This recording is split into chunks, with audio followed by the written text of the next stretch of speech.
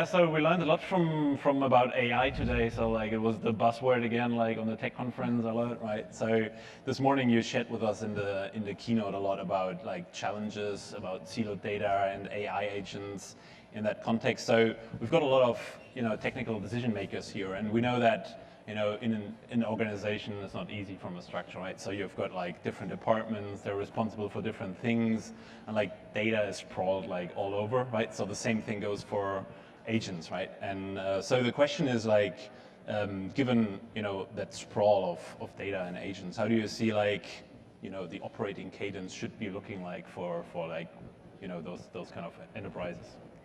Yeah, I think there's a few changes that I feel like organizations need to think about both structurally and process and kind of a systems perspective to be successful with it. In many ways, actually similar to kind of the transformation we saw with IAC, which was many enterprises were kind of, I'll call it vertically organized by technology. Like you had your VMware team, your F5 team, your Palo team, right? And so each of them owned like one pillar of the technology, and then they were like, I have my own interface, which is typically like a ticket queue, right? So you want a VM, you file a ticket, the VMware team does that. You want a firewall update, you file a ticket, the Palo team does that. And so then I think the challenge when you went to things like infrastructure as code was now you need to touch multiple verticals, right? Like you don't want a pipeline that just provisions a VM. You want it to provision the VM, update the load balancer, update the firewall, blah, blah, blah, the whole pipeline. So that required sort of flipping the thinking to kind of a horizontal, to say what's that horizontal view of delivery that touches all those different systems. And I think for a lot of organizations that broke their internal process, right? Because they're like, well, now you need to touch 55 ticket queues to run this one Terraform pipeline, right? And I think if you think about that organizational shift to go kind of horizontal, it's the same problem AI has, but worse, right? Because now in the same way from a workflow perspective, Terraform's gonna touch those 55 systems. Now your AI system needs to query 55 different systems, right? Because when you want to ask it, which of my applications are impacted by Log4j? Okay, well, part of that data is in GitHub, part of that data is in Artifactory, part of that data is in Sneak, part of that data is in Terraform, part of it's in Ansible, part of it's in Wiz. Mainframe. Part of it's in mainframe, right? So now it's like, okay, well, how does the AI answer that question? It has to span 55 different systems to answer that logical question, right? So I think that's going to create this pressure on, you have to kind of rethink that in the same way we thought about it as a horizontal set of workflows for IAC. I think you think about it as what are the set of kind of control systems or systems of record for these different AI questions. So like today we talk about infograph, that's our answer for how would you solve this for infrastructure. That's one type of data. You might have a different type of data that might be like, customer data related. But the problem today, if I look at most enterprises, some of that's in Salesforce, some of that's in Marketo, some of that's in my digital marketing tool, some of that's in my physical marketing tool. So even asking a customer question like, hey, which products did Armon buy between my e-com store and physical store? You're like, okay, that's in 17 different systems, right? So you have the same problem of like, what is that system of record going to look like across those things? So I think you start thinking in terms of data domains, right? And how do you organize around data domains in the same way we thought about kind of infrastructure workflows with IAC and what were those workflow domains? So like a platform team is really about creating one domain that owns all the infrastructure provisioning. I think a system like Infograph is creating a single data domain for everything in your infrastructure domain. Cool, awesome. So I mean, talking about organizations, I mean, both of us, we've built organizations, right? You, of course, are a much larger organization than I have, but like, it comes with a lot of complexity now, and we established that like in the world of AI, there's like, it's getting even more complex, right? So looking back, I mean, HashiCorp has been here for many years already, now part of IBM. Now we are in the AI stage, something like that, I would say, scaling it out. If you would have the chance to say like, recreating a new company, maybe Dadgar Corp 2.0 or something, right? So how would that look like? How would you, approach things? Would you approach things differently? Would you do the same thing? I think it would be different if you sort of, and I think it's interesting because you can see sort of like, I'll call it kind of cloud native companies, right? You sort of see infrastructure companies that are sort of cloud native versus maybe more traditional legacy that had to transform and become cloud native. Their architectures looked very different, right? And it's some of that went back to sort of an ITIL ITSM model versus sort of maybe a more DevOps native model. So you could see that it was architected differently. I think you're going to see the same thing with cloud native companies versus sort of AI native versus pre-AI native. And I think some of that goes back to sort of the platformification of these things is how do you get to fewer platforms that are more highly automatable rather than many platforms that are best of breed where you have a fragmentation issue, right? Best of breed made sense when I had lots of disparate workflows and each team did one little thing. But in a world where I'm really using AI as the glue layer across a bunch of these things, actually it doesn't really matter. I'd rather have the efficiency of fewer systems and build the AI automation on top of it than have to deal with the fragmentation of many different systems. And I'll give you, I think a good example of some of this stuff is, from a data standpoint, you used to have lots of different point-to-point systems, and then I think you saw things like Snowflake say, no, create a central large data warehouse, pull all of that together, and now you could build all of these different sort of connectors and workflows on top because you have that master data warehouse. I think you're going to see a similar effect with AI native, where it's like, okay, how do you think about what's that master data warehouse, and how do you build the AI layer on top of that versus having 50 different systems that are each doing their own thing, but they can't really easily integrate across each other. So, I mean, fact is that usually companies don't start on greenfield, right? They are like in a, let's call it brownfield state, like with lots of history, lots of mainframe, lots of, 50-year-old technology, like, and bringing this together, how would you, like, do you have a tip or something for companies who are like mid-flight in this journey? Oh man, it's probably too early to say what the best practices are. I think my sense of it is it's going to end up being sort of like common protocols enabling federation, right? I don't think you're going to be able to consolidate from the 100 of these different systems down to 10. You can do that if you're a new company, but I think existing companies will have to look at, can we standardize on a protocol ecosystem and a sort of set of federation standards, and then move to a model where these 100 systems are federated together. And I think we're already headed there when we look at what's happening with A2A, MCP, things like that, is standardize on the protocol. And then as we talked about, I think it'll be things like, okay, can I run a set of north-south gateways or east-west gateways within my enterprise to then federate and connect 100 different agents that represent my 100 different systems together? And if I can go through that kind of a model, then I need, a service registry to enable connecting all these things. I probably need central gateways to enable all the networking. But ultimately, I'm not going to consolidate the 100 different systems, right? It's too much work. So I found it super interesting to hear that there was already some customers starting to use Console for like some of those challenges, right? So it's like it's already existing. Well, I mean, that's the funny thing is I feel like with some of the agent stuff, it almost feels like Groundhog's Day where we forgot everything about computers and we're starting over again.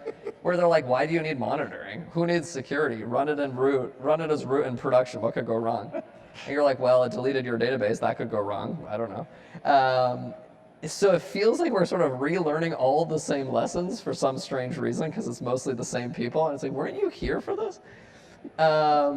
And I think when we look at like things like all the time, I'm talking to customers like, well, how do we know what agents are running in our environment? I'm like, but how is that any different than your microservices? Like, run a service registry like Console and register the agents. They're literally just an app.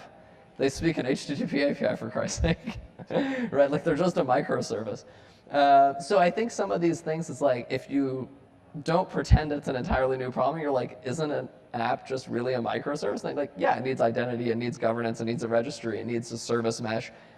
It looks pretty similar in many ways, right? So I think there's value. I mean, and don't get me wrong, I'm not saying it's exactly the same. There's some nuances, but it's like, you probably want observability.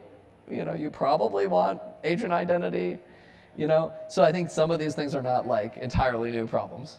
Yeah, it's always the same thing, right? There's new things coming out. You've got to be on the lookout. Got to, think how you're going to adopt this. Yeah. So thanks for sharing. So I think this to get a little, conversation starter going. Primarily, we've got like 15, 20 minutes for you guys to open up for questions. So if you got, any questions you want to raise directly with Armon about anything that you wish to talk about. We've got some microphone over here. Just raise your hand or stand up, whatever you prefer. Over here. I don't even know if you remember this question back in Amsterdam. Oh. So we sat at the table and I asked you released HCP. And I said, I gave you the idea. I said, hey, you can use AI on the back end for Terraform to get a collection of how people do work with building infrastructure. And that was in 2019, and now here we are. I don't know if you remember that conversation, but how do you feel we're releasing from then to now? Because it's been 7 years. So how are you feeling? That's a great question. I think one of the biggest interesting questions, I think that's a perfect one, is we see this all the time where customers are like, hey, I have a bunch of Terraform in my environment. I have 200 app teams deploying apps, doing whatever. But how do I know what the common patterns are to be able to build Terraform modules or build higher level sort of platform abstractions, et cetera, for people? And I think the heart of that problem is really, it's a visibility problem, right? So I think we've seen this issue, and you've seen this issue for many years. But I think our view was like, we always grappled with what's the right way to present that data and how do you visualize it? And I think actually in many ways, that's one of the use cases I'm excited with Infograph about, right? Is like if I can actually pull all of that into a graph database and I can actually say, okay, great, now I can actually see, here's the 200 Terraform workspaces with all the infrastructure. What are the set of common patterns? Now I actually have a database that I can query and visualize and correlate and say, okay, actually I have 5 of these things that all look like basically 3-tier load balancer or web server or whatever type of a thing. Can that be collapsed into sort of a common pattern? Where before there wasn't an easy way because the data wasn't co-located and it wasn't visualizable and it wasn't correlatable. So I feel like now we're sort of at getting to that place where we have that kind of infrastructure in place where we can see that and visualize it. And I think that'll be one of the use cases, right? It's like ask your agent to query the graph and say, hey, what are the top 50 patterns with Terraform? Just go look at my estate and tell me what 50 modules I should have, right? And I think now the data will exist to be able to do that. Only took a few years. It's super great. I've personally found that was the hugest announcement that we did. I think like if I look back at my time at Lufthansa, I was like, I mean, gosh, HashiCorp has to realize that like not everything is on green field. like yeah, you have IAC, you have people automating things but then you still have those outage situations where like the shit is really burning, right? So I don't have time to change the configuration. I'll just like do it ClickOps or something. Like this is really cool to bring it together. Don't encourage people to do it. No, I'm not encouraging. I'm just saying I'm stating like the obvious thing how it is in the real world when you're there at 4 in the night. When you're in the trenches. Yeah, when you're in the trenches. So this is really cool to really focus on the day 2 challenges more and help everybody to get onboarded into again the standardization. 100%. Any other questions? Over here. Does Hashi have plans to do anything beyond IAC, like maybe application pipelines and things like that, with the actions being introduced? I'm curious to know that.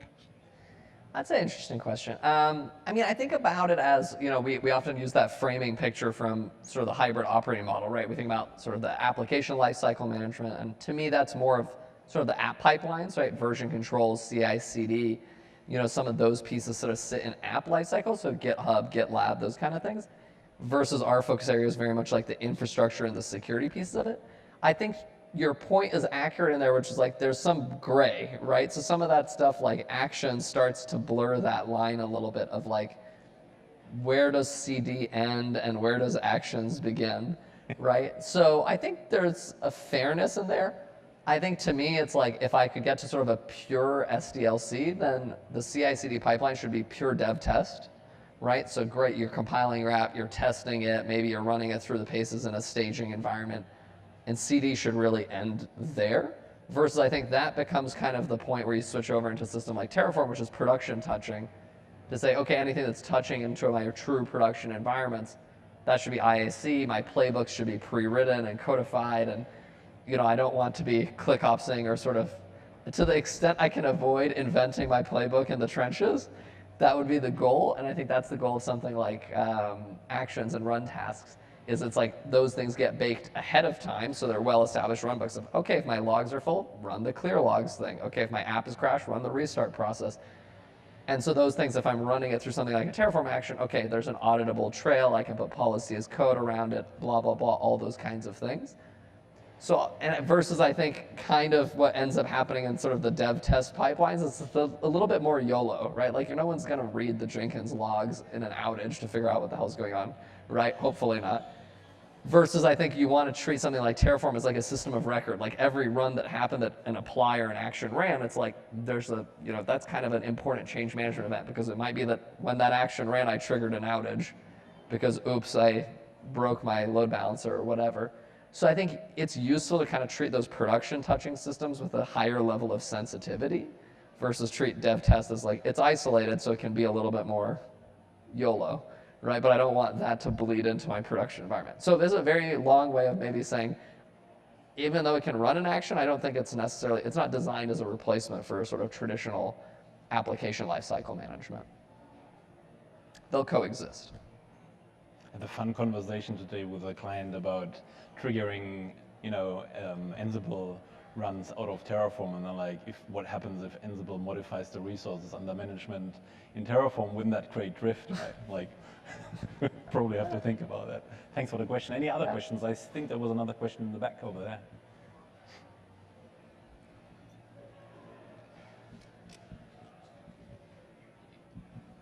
Hey there.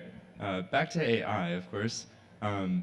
There seems to be a potential problem with new programming languages or frameworks getting created and gaining adoption when the AI isn't trained on them yet, the foundational models. You can use MCP to bridge the gap, but someone just going to ChatGPT and learning for the first time might not encounter that. As somebody who's going to be putting out new frameworks and new things in the future, what are you doing to be sure that kind of the education aspect is there and we don't just get stuck in like a snapshot of technology as it was in 2023? It's it's an interesting problem, and actually you're already seeing it play out today, right? Which is, you kind of have this, the big get bigger because of the LLMs, right? So, a good example of this is you're seeing this in the data science community. Things like Python are getting really popular versus starting to kill other tools like R or Stata or MATLAB.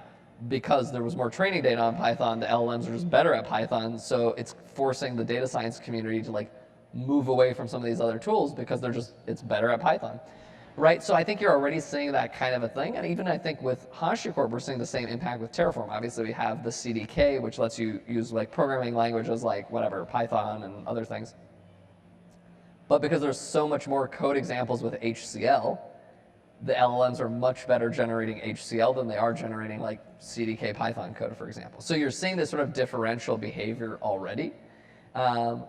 My senses of it is some of this is just an artifact of where we are with kind of the life cycle of LLMs. It's almost like, if anyone still remembers the olden days when Google used to update the index once a month, right? And it was like, oh, you could tell the search results changed today all of a sudden because Google's new index rolled out. And then that went away eventually because you're like, no, Google's just constantly re-indexing and it doesn't matter. You post a blog post and 20 minutes later it's on Google. And I think part of it's we're just in that generational gap right now where it's the LLMs take so long to train and refresh that it's okay, if there's a new version of the library, it's you're not in the index for 6 months. I think we're going to get past that generationally, and we'll get to a point where they're doing incremental kind of continuous refresh on these things, on the big foundation models, and this problem will kind of go away to some extent. But I think we're in a weird generational window right now. But it feels like this is an artifact of where we are versus something that's a long-term thing to solve for. More questions from you guys. Who was first? Over here, closest. Thank you. Thanks, Armon. Congratulations on the milestones to you and the team. I wanted to go back to the inescapable agentic AI, the rise of the machines, right? The agent machine. This morning you outlined agent runtime, gateway, this kind of the high-level pattern architecture. Looking at you and the team, where do you think are the concern or the challenges building capabilities going forward to enable customers to drive agentic AI in the future in a safe and governed and scalable manner? Oh boy, that's a big one. I think there's a bunch of, I think part of the issue is it's just moving too fast in some sense, so it's hard to it's hard to build a foundation on quicksand is sort of the problem. And I think part of that is a protocol set of things, right? MCP was there for 20 seconds before Google introduced A to A, which was there for about 20 seconds before people were like, well, what's the new version that has to solve for the authentication challenges of MCP? So I think part of it is the landscape's evolving so fast that it's hard to actually build the tooling because it moves faster than you can actually kind of build for it. But that said, I think the core patterns that to me feel very stable is it's the kind of big three that we outlined. There's definitely a runtime aspect that needs to be solved. And there's many different players and solutions there. I think Red Hat has VLLM, for example. There's a bunch of models that are being built around kind of serverless and WebAssembly and other kind of formats. Maybe the answer will still just be containers and Kubernetes. So I think the answer is still a bit unclear at the runtime layer because it's evolving quite a bit, but it's clear we're going to land on some sort of a relatively portable runtime. So how do you kind of solve for that? Then I think similarly at the gateway level, it's probably going to be some form of an HTTP-ish API, whether that's A2A or MCP or one of these other things. So you'll have some sort of a level 7 protocol that will kind of, or maybe it'll be 2 or 3 protocols as an industry we land on.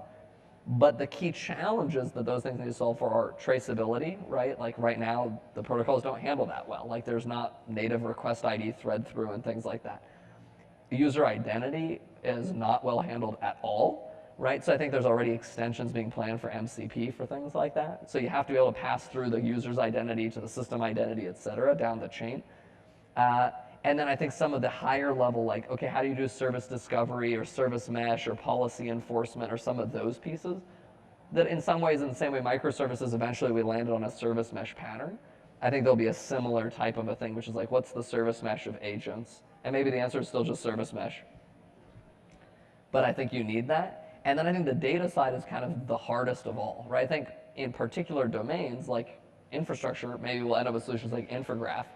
But I think more broadly, you start thinking about problems like, okay, how do I connect my Salesforce data to my SAP?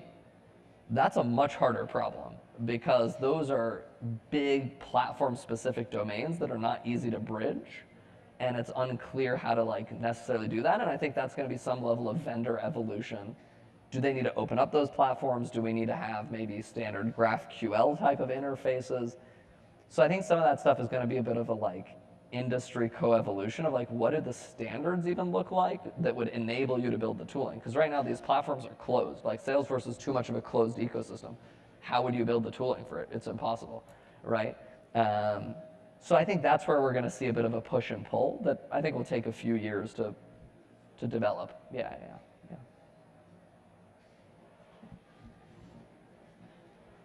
Hi, Armon and Steffen. Thank you for your time. So I was a heads-down developer for about 16 years, and recently, a year ago, became an independent consultant. So now I have to wear all of the hats, including educating customers. Naturally, Terraform is a tool that I've used for many years and I love, and I pitch to all my clients. I have a particular client who is dead set on using OpenTofu because there's a particular developer in that company who is, I think that person has just decided that that's what they want to use. What are your recommendations on how I can educate such clients? And this actually happens to be a pretty large healthcare company, like very large. How can I, what are your recommendations on how I can educate this client to use all of the HashiCorp products, which I love and use every day? Oh man, it's a funny question. You know, I've spent probably 15 years now trying to convince people of basic things like they should use infrastructure as code, and you have to fight them on things like that. And then when you get people who are very dead set on a specific tool, sometimes it's like there's no changing people's mind, right? So I wish there was a magic answer to that. You know, oftentimes it's more about creating a coalition, right? Very rarely is a company one decision maker choosing for the whole thing. So I think oftentimes it's about helping them see the broader perspective, right? And then other times it's getting to executive leaders who have a different calculus, right? Sometimes one person just has a very particular esoteric view of we shouldn't do infrastructure as code, we should write our own Bodo scripts. You know, I don't know, I've seen, you'd be amazed at the things I've seen. But then you got to get to maybe their leadership and be like, okay, I get it. You have a perspective. You guys want to write Bodo scripts and write your own provisioning pipeline. Okay, that maybe has its merits. You guys have total flexibility. You can create your own sort of a, pipeline built on that. Sure, but what are the other business concerns? Like, surely this one person who likes writing Bodo scripts will eventually leave the company. Like, So then what's the talent pool and ecosystem look like around these weird bespoke Bodo scripts? Oh, it's just you and it's this one guy. So what's the risk to a large enterprise or a big healthcare company that you have a buzz factor like that? Like, is that actually a reasonable path forward as an enterprise? How do you support that? How do you have a talent pipeline? What's the ecosystem of vendor support look like? When shit hits the fan at 5 in the morning, who are you going to call, right? So I think when you get to someone else who's looking at it more from a strategic business landscape of like, yeah, I have to think about talent, I have to think about business risk, I have to think about support, I have to think about the scalability across an enterprise, they're going to just have a fundamentally different set of concerns than the guy who wants to write Bodo scripts or OpenTofu or pick your favorite thing, right? And so sometimes you just need someone who has a bit of a different perspective who's making that decision, right? Because otherwise there's people who are like, you know, love these Bodo scripts going down with this ship, right? You know, and so sometimes that is what it is, and I think you got to go and build the coalition sometimes around and above, who are saying, hey, what are the other perspectives? What are the other requirements? You know, it's often not a singular decision point, right? Yeah. I wish there was a better answer. At Lufthansa back in time, I mean, we're at exactly that point, not only for infrastructure as code, but for everything essentially, you know. And you get to a point like where you have to think as an enterprise, what's my actual mission, what's my task that I have to solve, right? And me being responsible there for infrastructure, like my inner wish was to support our developers more. So it was not about like, you know, spending time with engineering things on their own, but how can I, you know, get faster to support my developers in a more faster way, like to, you know, just make them more productive in that sense. So thinking about like, what's my mission, what's my, you know, goal, and how can I bring in business value? And then you come to a point that essentially you have to make a decision in a sense, do you build things on your own, or do you just buy things, right? And like, if you think as us being an airline, like, what do? We buy aircrafts, we bring passengers around, you know? So it's not about like building a lot of software, although we build a lot of software, but it's more like infrastructure is a commodity. We just have to, you know, deal with it. And like there's companies now like HashiCorp who know how to do it. So I would just, you know, buy it the same way as I wouldn't, you know, spend time on engineering my own observability tool, or like we've, you know, wasted time on building our own SQL interpreter or something at Lufthansa. I'm like, why the heck are we doing that, right? So it's really about thinking about what is important, how do you get things done? And I think it's like going into those other discussions of scaffolding. If you're like a large software company, you know, knowing how things work, I think then it's like, those are discussions you're gonna have. But if you're like in a different industry, with like you have other challenges that you have to solve, so you're just going to make that buy decision. It's just like, we take whatever is on the market and rely on it. Other questions? I saw somewhere here, over there. Here? Unfortunately, I think that's all the time we have for Oh, questions. we have 2 more I will do minutes. the last one. You do the last You have one. 1 minute for lasting advice for HashiCorp 2025. In 1 minute, what's the lasting advice? Oh man, that's a tough one. I mean, I think what's clear to me is like, okay, we're at this interesting inflection point. We talk about last 10 years were cloud, next 10 years are AI. But even if I look at the last 10 years, what's been the constant through that has been change, right? It's like when we started 10 years ago, it was like, okay, we were moving LAMP stacks that were monolithic apps onto VMs. You know, that's not what cloud looks like at all today, right? So, you know, I think when I look at the failures of a lot of companies, they sort of anticipated that the technology won't change, the process won't change, and we're just trying to optimize whatever we're doing today to move it to cloud. And I think that was always a mistake, right? Because inevitably the landscape changed. It's like, yeah, you got really good at moving monoliths to VMs, and then containers showed up, and now you were terrible at it, right?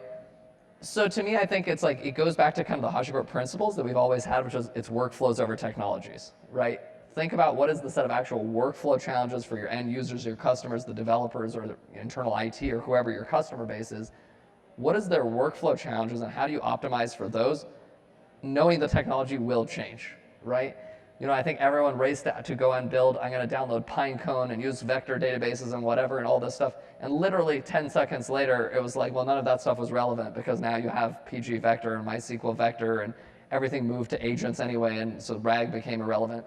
So, you know, I think it's a good example of this stuff. It's like, understand what the workflow is, understand what the fundamentals are, and solve for those rather than like, you know, whatever the technology du jour is, because that will change. Yeah. So it's most important to, you know, build a team, build an organization that is ready for change. That was my mission, to say like, I don't care about any technology for now. It's just about like, you need the right people with the right skill set, with the right mindset, because we never know what happens tomorrow. Like today we talk about AI, tomorrow we might be talking about quantum computing, right? We never know. And what is it the day after? Right, exactly, that's right. So it says 5 seconds. Just in time. So I would say thank you very much. Thank you, Armon, for Thank taking you the so time. much. Thank you, everyone. Hope you enjoyed HashiCorp. Thank you. Thanks for moderating.